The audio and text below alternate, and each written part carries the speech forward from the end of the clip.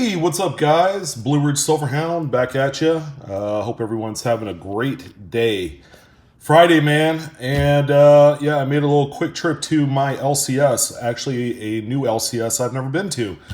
Go figure. But that's the beauty part about being in kind of like a decent-sized metro area, is you have the benefit of going to a number of coin shops rather than just say, driving 45 minutes or an hour to the closest one that's nearest some of you all out there. But anyways, stopped in there. Originally, I wanted to pick up some just bulk junk 90% silver, which was I was able to do.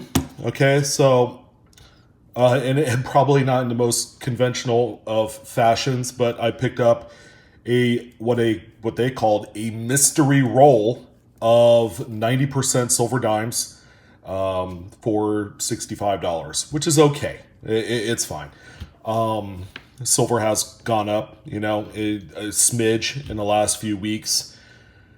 But probably more intriguing are these two little satchels right here. And the guy actually had probably 10 of them. All right. And these are bulk little mystery bags of 2000s BU nickels, $8 a piece. This is a 40 count bag. This one right here, just from the sound of it, these are encapsulated in some sort of little plastic seal tight cases for each one of the nickels in there. But it's interesting, these say United States Commemorative Gallery. I don't quite know exactly what that is. It's probably some company during the early 2000s, kind of capitalizing on the success of the state quarter program and just doing their own little foo-foo little whatchamacallit, kind of like how Littleton Coin kind of threw out a bunch of, product out there to see if it'll stick or not. We're going to go through each one of these bags. At the end of the video, we're going to assess whether or not these were kind of like a worthwhile purchase. What are they good for? How do they compare to buying off of eBay? Well, right now, I can tell you right off the bat, so much better when you're able to see the product in hand, okay? And the coin dealer was more than forthcoming about what is in here. BU nickels between the year 2000 to 2010. Okay, nothing newer, nothing older. These all came in as kind of like a batch from a client, and what they did was they just packaged it up, not carrying any mind about what kind of varieties are in there. So we're going to take a look at that. And then we're going to take a look and see exactly what kind of dimes are in here. Of course, it's open, but what he did was he went and scooped some random silver, put it all in there. And I don't know if this is Roosevelt's, Mercury's, combination thereof. But we're going to go through there. And it looks like it's a penny airtight case or whatever you call these things.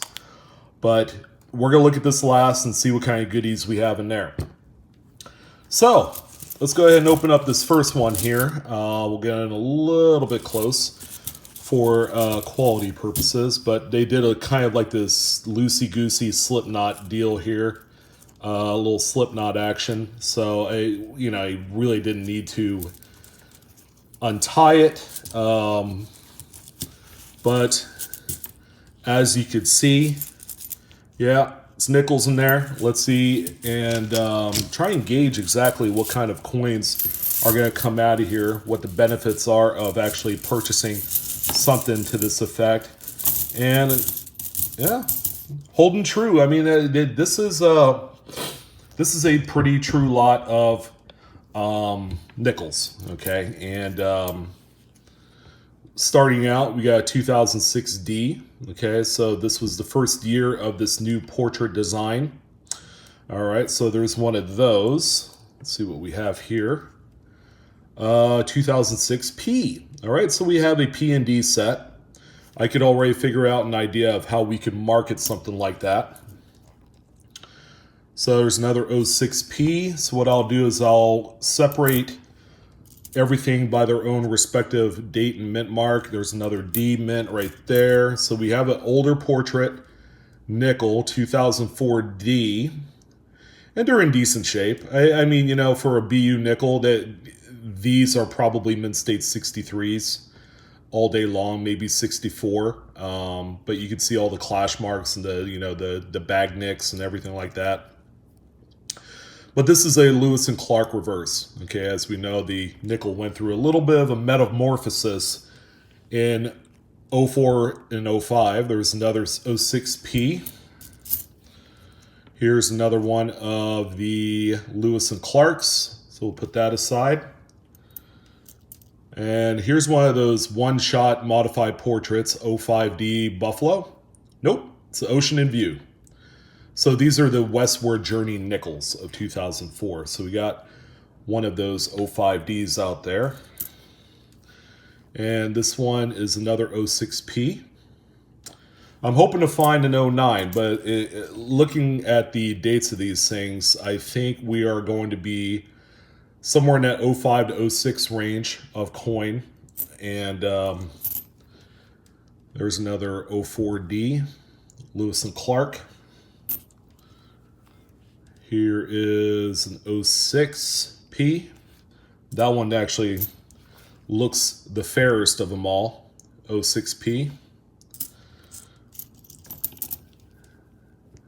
By the way, ladies and gentlemen, here's another 04D Lewis and Clark.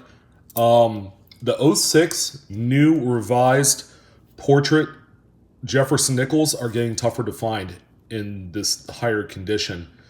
Although these ones are pretty, I don't know, I would say brand new circulated is how I would classify these coins.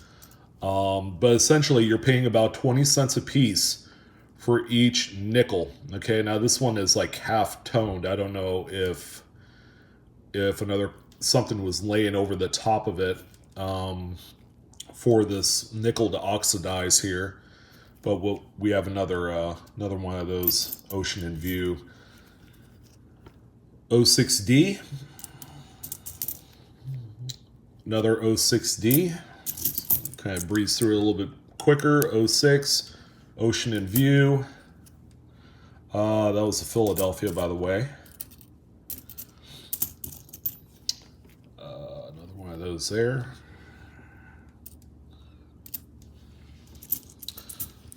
For a second, I was losing track of my stacks, but pretty neat compilation here. So far, the Philadelphia 06s are beaten to 06 Denvers. Not quite a 2-to-1 margin, but it's close. Two more P's. I think we could say it's a 2-to-1 margin now. And Lewis and Clark and another 06P. I think we're 2-to-1 there for the 06s. Kind of interesting. And I'm willing to bet probably all the other little sacks that they have at the coin shop are going to be similar. So why is this any different than actually buying the coins or a similar lot, anything mystery driven from eBay or the internet?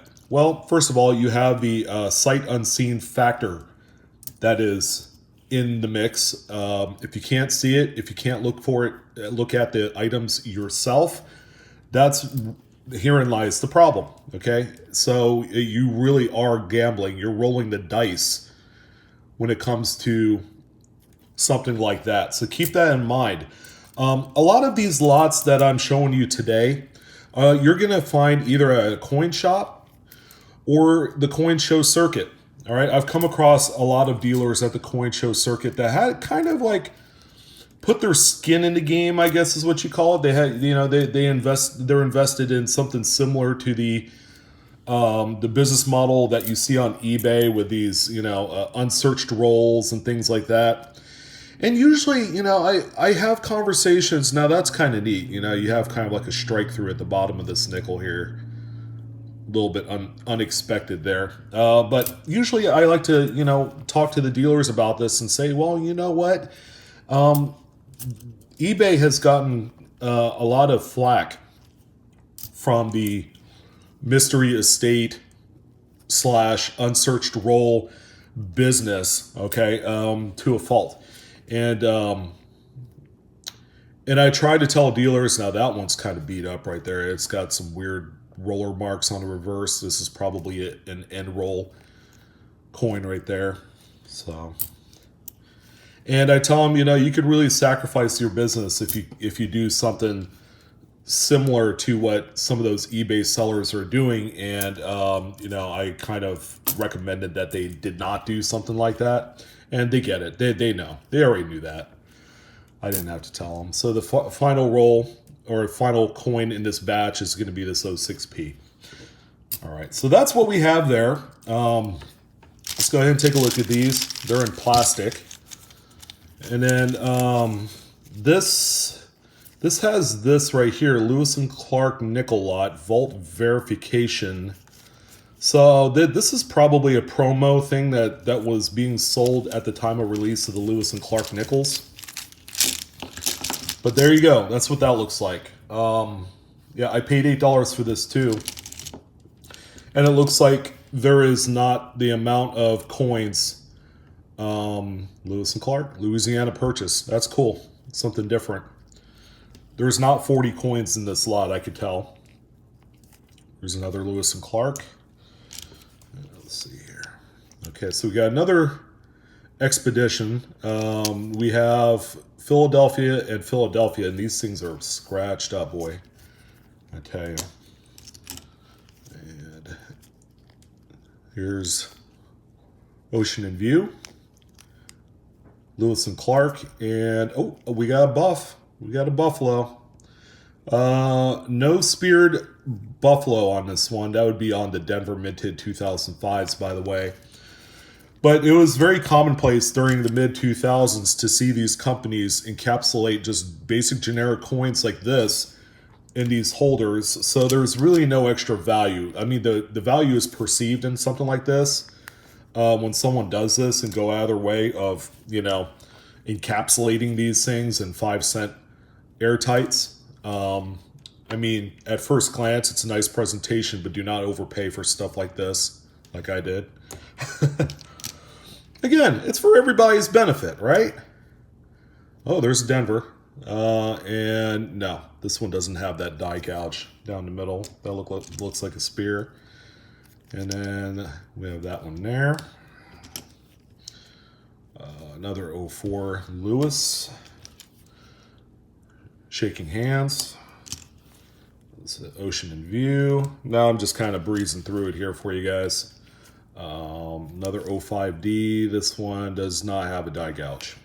All right. Nope, because you could see it go right through the buffalo. I found a few of those in my lifetime, and they're a neat find for sure. There's a couple buffaloes there, a P and a D. So this one right here, no speared rhino. No speared rhino. At least it's not spearmint rhino, right, guys? Some of you probably know what I mean when I say that. Whoever's been to Vegas. Anyways, so that concludes the actual nickel part of it. So let's take a look at this little mystery dime roll here and let's see what we got.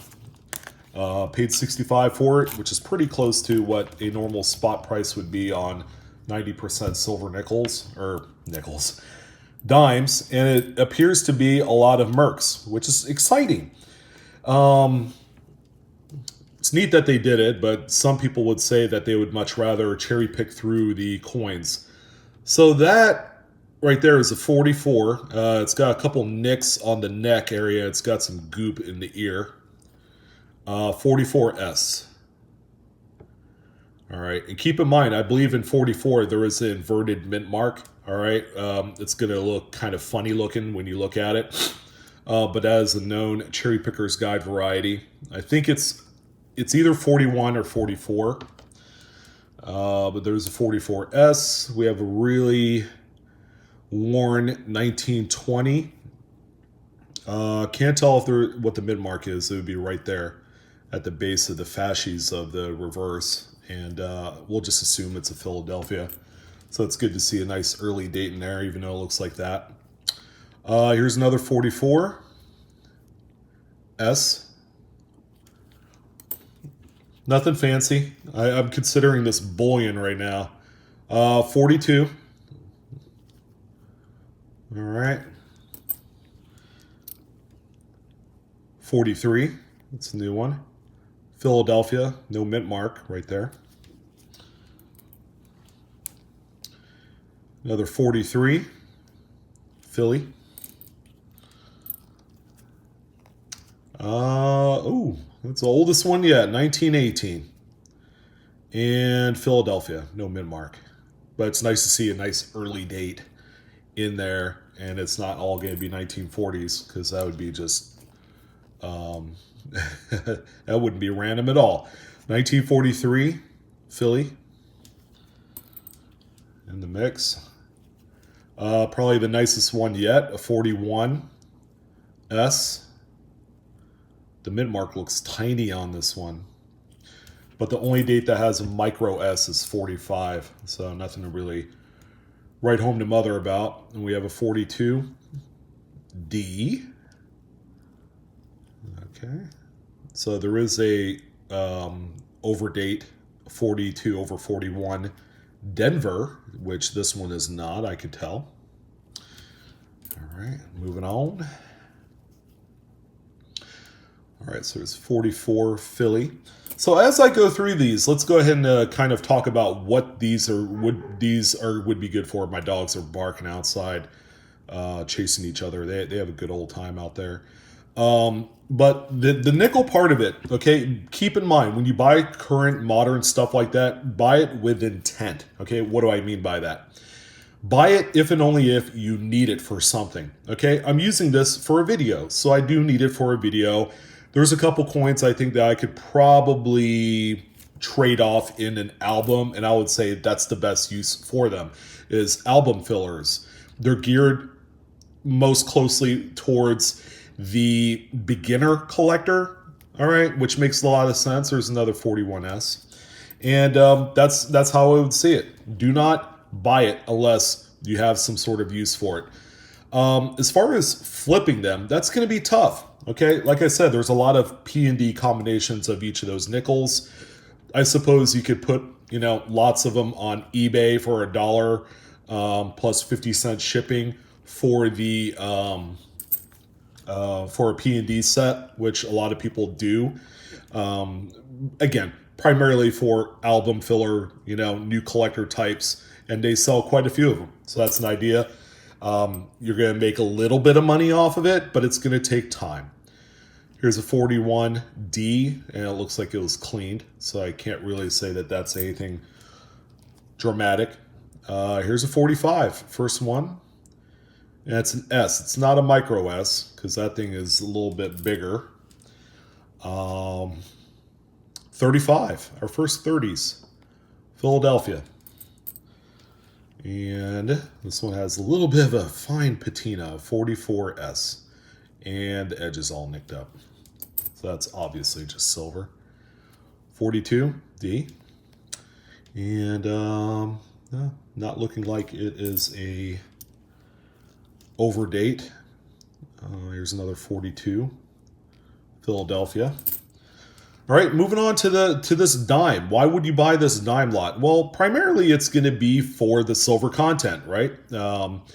Is it the most ideal silver to stack? It can be. If you're into junk silver, they are definitely fun and exciting method of stacking silver, no doubt about it. But people will buy these also to fill some of those albums. 36D. That's about the most interesting one so far. All right. And again, pay around what spot would normally and typically be for something like this. Don't overpay to kind of feed into the whole mystery grab bag component of it, because you will lose every single time. If this lot was like $90, it would be a snooze and a lose. That's for sure. So 43S. So I got to check these 43S's for the RPM. There's a pretty dramatic RPM for 43S. And I think there was probably 3 of them that we've passed through so far. So we got a few left here. Keep in mind that your best bet of buying anything like this, obviously, is to go to a local coin show or shop. Big S mint mark on this 45, not a micro. And take a look at the items for yourself. Okay, it's much easier to justify a purchase of anything that's of grab bag style, quote unquote, when you could tangibly pick it up, take a look at it, smell it, taste it, whatever you want to do to ensure that you're getting actual quality rather than, you know, kind of like that fool's gold aspect of this. But there's a 20, I would have to say it's probably a 29 or a 28 D. It's got a really faint D mint mark right there. Another 42. Of course, 42, those overdates are exciting. So anyways, we got a few left here. 44S, 43. Again, I can't stress this enough. Check your coins for varieties and errors.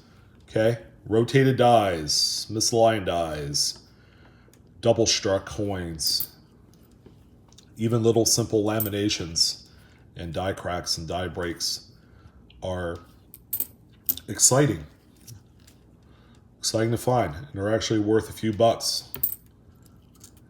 They're worth a little bit more money than what meets the eye, you know.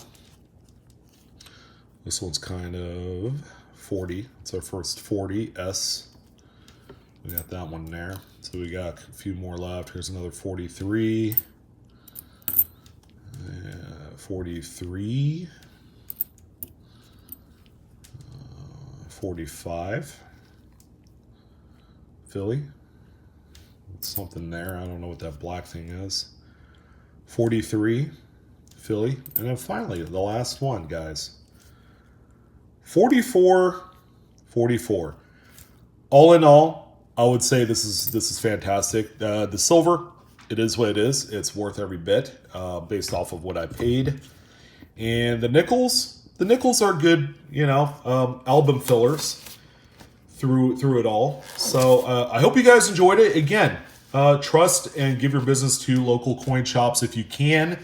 You know the ones that you trust and vice versa. And it's a great way of kind of building into your collection when you do stuff like this. You get a little bit of a discount sometimes off of bulk purchases. And again, double check your coins for errors and varieties. There's a lot of them out there, guys. I'm your host, Sean with Blue Ridge Silverhound. Like, share, and subscribe the video if you so desire. And as always, Coinaholics, we are discovering together. You guys have a fantastic evening. I will see you on the next video, and keep on collecting.